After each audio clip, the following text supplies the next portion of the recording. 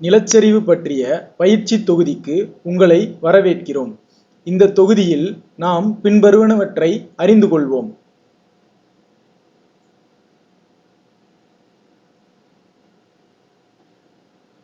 நிலச்சரிவின் அறிமுகம் மற்றும் வகைகள், நிலச்சரிவுக்கான காரணங்கள், விளைவுகள், இழப்புகள் மற்றும் அடையாளங்கள், குறைப்பதற்கான உத்திகள், நிலச்சரிவு தயார்நிலை மற்றும் பாதுகாப்பு நடவடிக்கைகள்.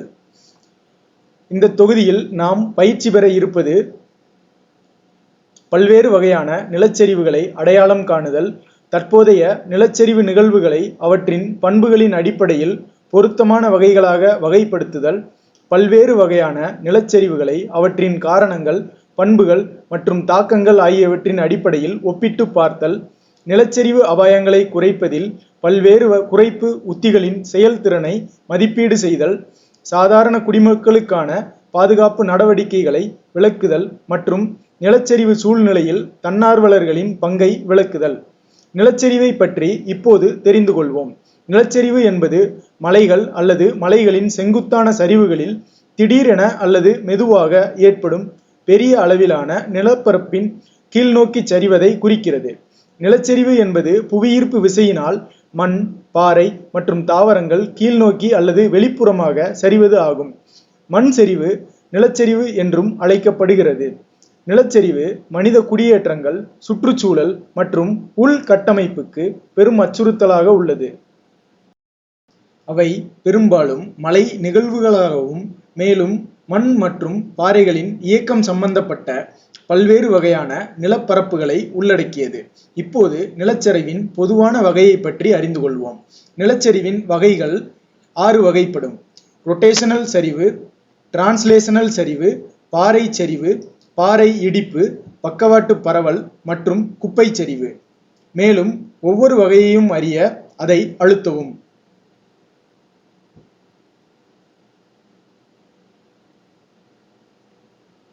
ரொட்டேஷனல் சரிவு என்பது சிதைவின் மேற்பரப்பு குழிவாக வளைந்து அச்சில் சுழலும் போது சரிவு இயக்கம் நிலப்பரப்பிற்கு இணையாக இருக்கும்.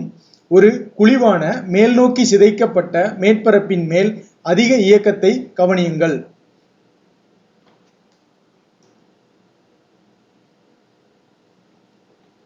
டிரான்ஸ்லேஷன் சரிவு உருக்குலைந்த மேற்பரப்பு தோராயமாக தட்டையாகவோ அல்லது அலையாததாகவோ இருக்கும்போது நிகழ்கிறது. சாய்ந்த சமதள மேற்பரப்பின் மேல் ஒரு கடினமான நிலப்பரப்பு கீழ்நோக்கி மற்றும் வெளிப்புறமாக சரியும் போது இது நிகழ்கிறது. ஒரு தட்டையான மேற்பரப்பின் மேல் அதிகமான இயக்கத்தை கவனியுங்கள். பாறை வீழ்ச்சி என்பது ஒரு குன்றின் அல்லது செங்குத்தான சரிவிலிருந்து பிரிக்கப்பட்ட பாறைகள் விழுவதை குறிக்கிறது. ஒன்று அல்லது அதற்கு மேற்பட்ட பாறைகள் அவற்றின் அடிப்பாகத்தில் சுழன்று சரிவதால் பாறை கவிழ்தல் ஏற்படுகிறது. மண்பரப்பு பக்கவாட்டில் பரவும் போது பக்கவாட்டு பரவுதல் ஏற்படுகிறது. மேலும் இந்த பரவல் மண்ணின் அதிக பதற்றமான விரிசல்களுடன் வருகிறது. இது மென்மையான சரிவுகளில் அல்லது நதி ஓரங்களில் நிகழ்கிறது.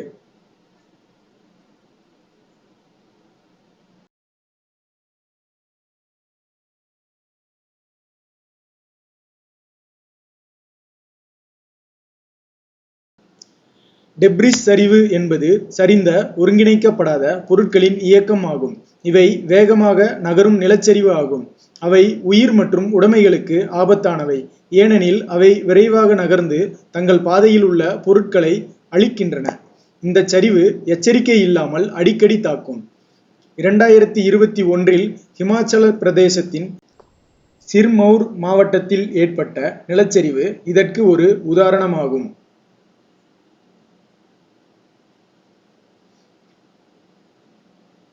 இப்போது நிலச்சரிவுக்கான காரணங்களை பற்றி தெரிந்து கொள்வோம்.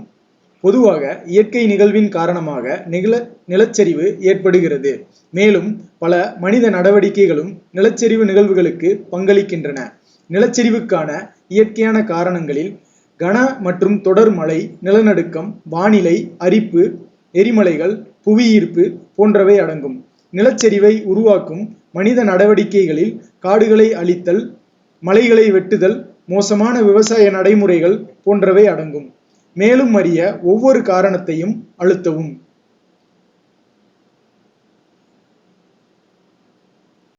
நிலச்சரிவுக்கான இயற்கை காரணங்கள் கன மற்றும் தொடர் மழை மற்றும் நிலநடுக்கம். கன மற்றும் தொடர் மழையானது செங்குத்தான சரிவு அல்லது மலைப்பாங்கான பகுதியின் திடத்தன்மையை பாதிக்கிறது. மழைநீர் மண்ணில் ஊடுருவுகிறது, மண் தண்ணீரை உறிஞ்சுகிறது. நிறைமற்ற மண் கனமானதாகவும் தளர்வானதாகவும் மாறும். புவியீர்ப்பு இந்த தளர்வான மண்ணை அறுக்கச் செய்கிறது. அதனால் நிலச்சரிவு ஏற்படுகிறது. உலகளவில் நிலச்சரிவு அல்லது பாறை சரிவுகளுக்கு நிலநடுக்கம் ஒரு முக்கியமான காரணமாகும். அவை ஆபத்தானவை மற்றும் கணிக்க முடியாதவை. நிலநடுக்கம் உலகம் முழுவதும் நிலச்சரிவை ஏற்படுத்துகின்றன. அவை ஆபத்தானவை. நிலநடுக்கத்தின் போது பூமியின் மேலோடு நகரும். தளர்வான மண் மற்றும் பாறைகள் கீழ் நோக்கி சரியும். இதன் விளைவாக நிலச்சரிவு ஏற்படுகிறது. நிலச்சரிவுக்கான மனிதனால் உருவாக்கப்பட்ட காரணங்கள் காடழிப்பு, குவாரிகள் மற்றும் மோசமான விவசாய நடைமுறைகள் ஆகும். காடழிப்பு என்பது மரங்கள் மற்றும் தாவரங்களை அகற்றுவது அல்லது வெட்டுவது ஆகும். மரங்களின் உறுதியான வேர்கள் தண்ணீரை உறிஞ்சும் போது கூட மண்ணை நிலையாக வைத்திருக்க உதவுகிறது. இதனால் புவியீர்ப்பு விசை மூலம் மண்ணில் ஏற்படுத்தும் விளைவுகளை குறைக்கிறது. இந்த மரங்கள் அகற்றப்பட்டால் அந்த மண் ஈர்ப்பு விசைக்கு எதிராக பாதுகாப்பற்றதாக இருக்கும். மண் இயக்கம் மிக எளிதாகவும் வேகமாகவும் நடைபெறுவதால் கொடிய நிலச்சரிவு ஏற்படும்.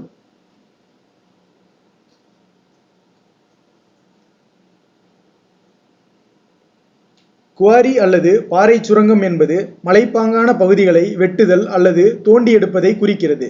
இதன் மூலம் நிலத்தில் இருந்து பாறைகள் மற்றும் கனிமங்கள் பிரித்தெடுக்கப்படும். குவாரிகளின் விளைவாக நிலம் மரங்கள் மற்றும் தாவரங்களால் அழிக்கப்படுகிறது. மண்ணை தக்க வைக்க மரங்கள் இல்லாமல் மண் இயக்கம் எளிதாகவும் வேகமாகவும் நிகழ்கிறது. சில நேரங்களில் குவாரி செயல்முறை பாறைகளை வெடிக்கச் செய்வதால் மண் மற்றும் பாறை அடுக்குகளை மேலும் தளர்த்துகிறது. மோசமான விவசாய நடைமுறைகள் அதாவது ஜூம் சாகுபடி போன்றவை நிலச்சரிவை ஏற்படுத்துகின்றன. வரவிருக்கும் நிலச்சரிவின் அறிகுறிகளை பற்றி அறிய வீடியோவை பார்ப்போம்.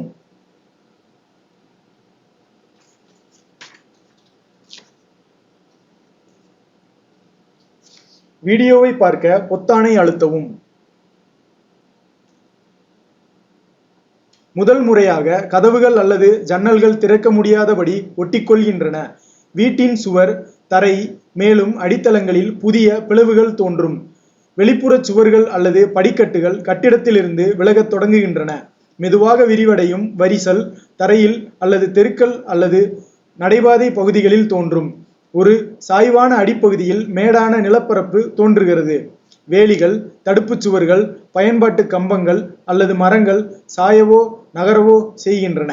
நிலத்தடி பயன்பாட்டு இணைப்புகள் உடைகின்றன. புதிய இடங்களில் மேற்பரப்பில் நிலத்தடி நீர் கசியும். நிலச்சரிவு நெருங்கும் போது சத்தம் அதிகரிக்கும். ஒரு குறிப்பிட்ட திசையில் உங்கள் காலடியில் நிலப்பரப்பு நகர்வதை உணர முடியும். மரங்களில் இருந்து அதிக எண்ணிக்கையிலான இலைகள் விழுவதையும் கவனியுங்கள். இது நிலச்சரிவு ஏற்படுவதற்கான அறிகுறியாக இருக்கலாம். இப்போது நிலச்சரிவு எங்கு ஏற்படுகின்றன என்பதை பற்றி தெரிந்து கொள்வோம். நிலச்சரிவு பொதுவாக மலைப்பாங்கான அல்லது மலை நிலப்பரப்புகளுடன் தொடர்புடையவை. அவை கடற்கரைகள் மற்றும் நதி பள்ளத்தாக்குகளிலும் பொதுவானவை. காலநிலை மற்றும் மழை பொழிவு, பாறை மற்றும் மண் நிலை சரிவுகளுக்கான வாய்ப்புள்ள இடங்களில் அவை ஏற்படுகின்றன.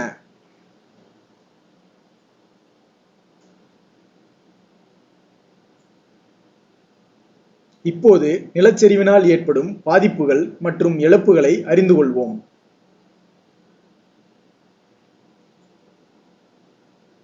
நிலச்சரிவு மூலம் நமது வாழ்க்கை, உள்கட்டமைப்பு மற்றும் பொருளாதாரத்தை நேரடியாகவும் மறைமுகமாகவும் பாதிக்கின்றன.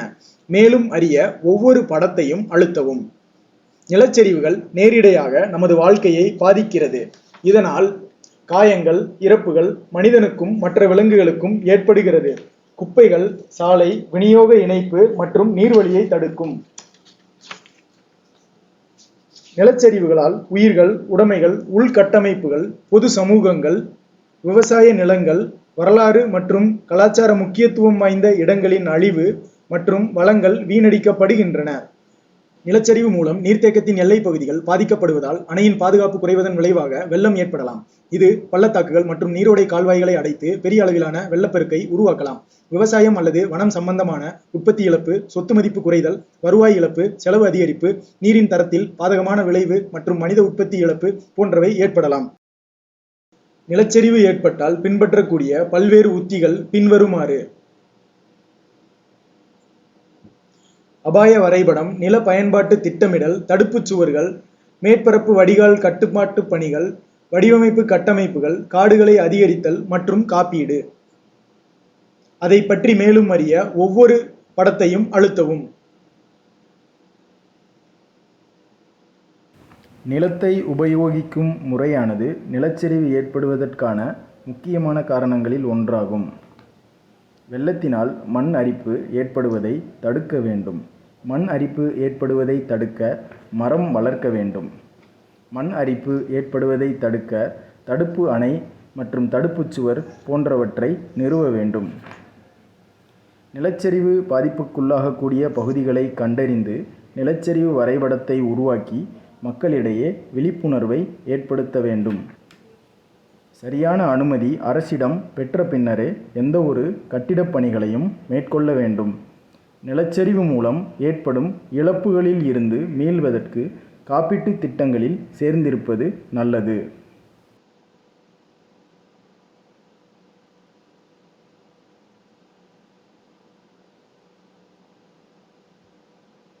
எனக்கு ஒதுக்கப்பட்ட பகுதியில் உள்ள உள்ளூர் மக்களை சந்திக்க உள்ளேன். நிலச்சரிவில் இருந்து பாதுகாப்பாக இருக்க அவர்கள் எடுக்க வேண்டிய முன்னெச்சரிக்கைகள் பற்றி நான் அவர்களுக்கு எப்படி விளக்குவது? நீங்கள் அவர்களுக்கு ஒரு முழுமையான விளக்கத்தை கொடுக்க வேண்டும். இது நிலச்சரிவுக்கு முன், நிலச்சரிவின் போது மற்றும் நிலச்சரிவுக்கு பிறகு செய்ய வேண்டிய விஷயங்களை உள்ளடக்கும். அதை பற்றி என்னிடம் சொல்ல முடியுமா? கண்டிப்பாக.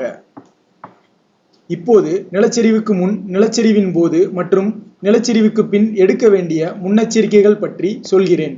மேலும் அறிய ஒவ்வொரு படத்தையும் அழுத்தவும். நிலச்சரிவுக்கு முன் எடுக்க வேண்டிய முன்னெச்சரிக்கைகள் பற்றி முதலில் சொல்கிறேன்.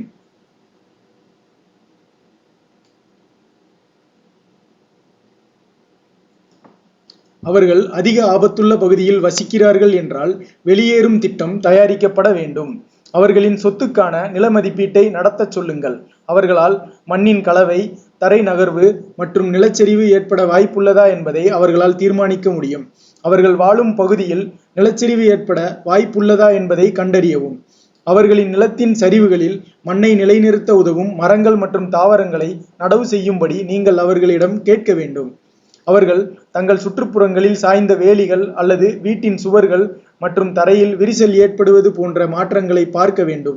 ஏனெனில் அவை நிலச்சரிவு ஏற்படுவதற்கான சாத்தியக்கூறுகளை குறிக்கக்கூடியதாகும். மலைப்பாங்கான பாதைகளில் வாகனம் ஓட்டும் போது அவர்கள் தங்கள் ஜன்னல்களை கீழே இறக்கி மேலும் இசை இல்லாமல் ஓட்ட வேண்டும். நிலச்சரிவு ஏற்படுவதற்கான எச்சரிக்கை அறிகுறிகளான பாறைகளின் இரைச்சல் அல்லது மரங்களின் விரிசல் போன்ற அசாதாரணமான ஒலிகளை அவர்கள் கேட்கும் வகையில் இதை செய்ய வேண்டும். அந்த பகுதிகளில் வாகனம் ஓட்டும் போது மரங்களில் இருந்து அதிக எண்ணிக்கையிலான இலைகள் உதிர்வதை கண்டால் அது நிலச்சரிவு ஏற்படுவதற்கான எச்சரிக்கையாக இருக்கலாம்.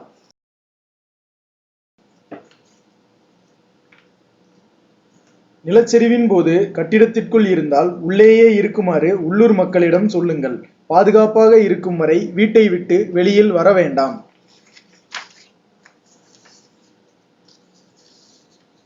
மேலும் வீடு உறுதியாக இருந்தால் வீட்டிற்குள் பாதுகாப்பான இடத்தில் தஞ்சம் அடையும்படி சொல்லவும். ஆனால் வீடு உறுதியற்றதாக இருந்தால் உடனே பாதுகாப்பான இடத்திற்கு வெளியேற வேண்டும். வெளியில் இருந்தால் அவர்கள் நிலச்சரிவு பாதையில் இருந்து விலகி உயரமான இடத்திற்கு செல்ல முயற்சிக்க வேண்டும்.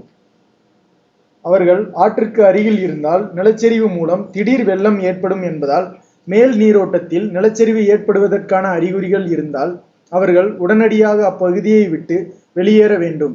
அவர்களின் உடைமைகளை எடுக்க முயற்சிக்க வேண்டாம் என்று அவர்களிடம் சொல்லுங்கள். அவர்கள் முடிந்தவரை அந்த பகுதியை விட்டு விரைவாக வெளியேற வேண்டும். யாரேனும் வாகனம் ஓட்டினால் அவர்கள் விழிப்புடன் இருக்க வேண்டும் மற்றும் இடிந்து விழுந்த பாதைகள், சேறு மற்றும் விழுந்த சகதிகளை கவனிக்க வேண்டும்.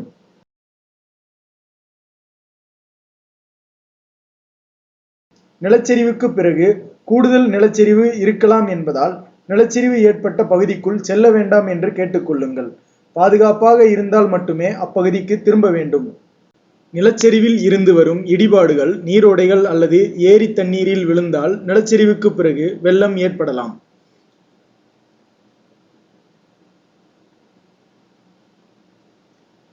பக்கத்து வீட்டுக்காரர்கள், குழந்தைகள் மற்றும் முதியவர்களுக்கு உதவி செய்யுங்கள்.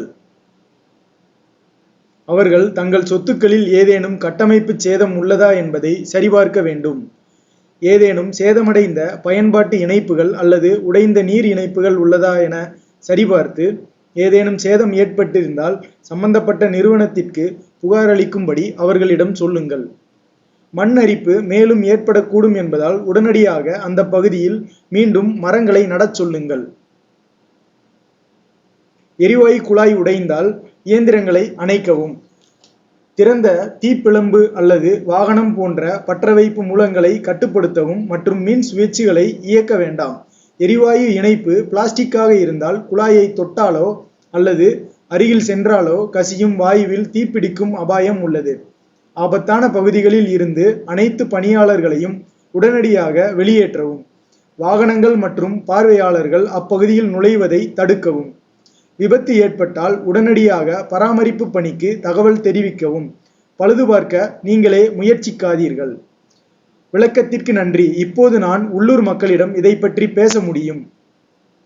ஏதேனும் பேரிடர் அல்லது அவசர நிலை ஏற்பட்டால் அரசு மற்றும் வெளியிலிருந்து உதவி கிடைக்கும் முன் சமூகம்தான் உடனடியாக பதிலளிக்க வேண்டும். பொதுவாக ஒரு பேரழிவு ஏற்பட்டால் பாதிக்கப்பட்ட சமூகத்தைச் சேர்ந்த தன்னார்வலர்கள் முதலில் பதிலளிப்பார்கள்.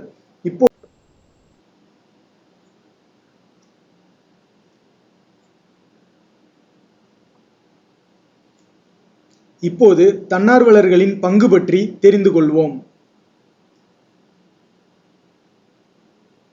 தன்னார்வலர்கள் பல வழிகளில் உதவலாம்.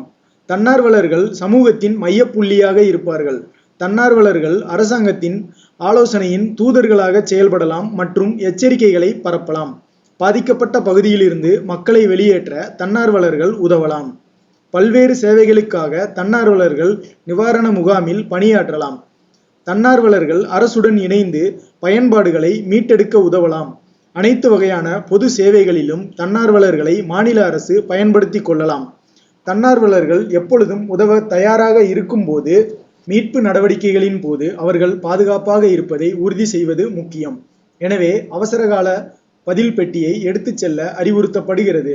இதில் என்ன இருக்கிறது என்று பார்ப்போம்.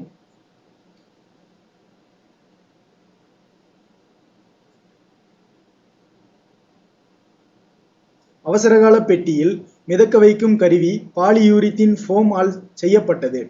டார்ச் லைட், கேன்வாஸ் அல்லது தோல் பாதுகாப்பு கையுறைகள், சிறிய கத்தி, முதலுதவி பெட்டி, கேஸ் லைட்டர், விசில், தண்ணீர் பாட்டில் முதல், தன்னார்வலர் தொண்டர்களின் பேட்ஜ், ரக்ஷாக் பை மற்றும் கொசுவலை, நீர்த்தடுப்பு ஆடை அல்லது மழை கோட், உறுதியான காலணிகள், பாதுகாப்பு கண்ணாடிகள், வாட்டர் ராஃப்டிங்கான பாதுகாப்பு தலைக்கவசம் ஆகியவை அடங்கும்.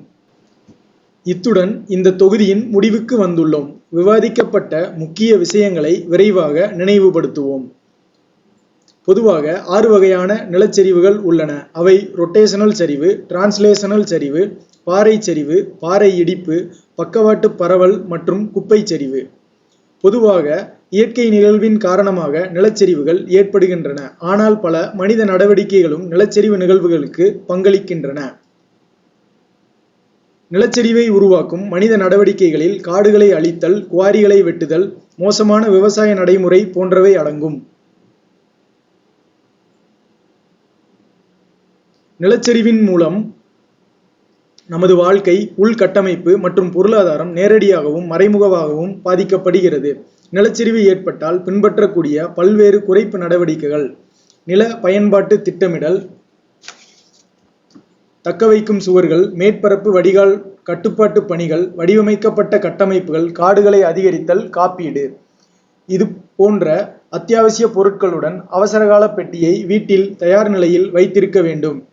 பேட்டரியில் இயங்கும் டார்ச், கூடுதல் பேட்டரிகள், பேட்டரியில் இயங்கும் வானொலி, முதலுதவி பெட்டி மற்றும் கையேடு, உலர் பொருட்கள் அல்லது உலர் தின்பண்டங்கள் மற்றும் தண்ணீர், மேலும் பார்சல் செய்யப்பட்டு சீல் செய்யப்பட்ட அவசர உணவு, நீர்புகா கொள்கலனில் மெழுகுவர்த்திகள் மற்றும் தீப்பெட்டிகள், கத்தி, குளோரின் மாத்திரை அல்லது நீர் சுத்திகரிப்பு பொடி, அத்தியாவசிய மருந்துகள், பணம், ஆதார் அட்டை, உறுதியான கயிறு, உறுதியான காலணிகள் போன்றவை.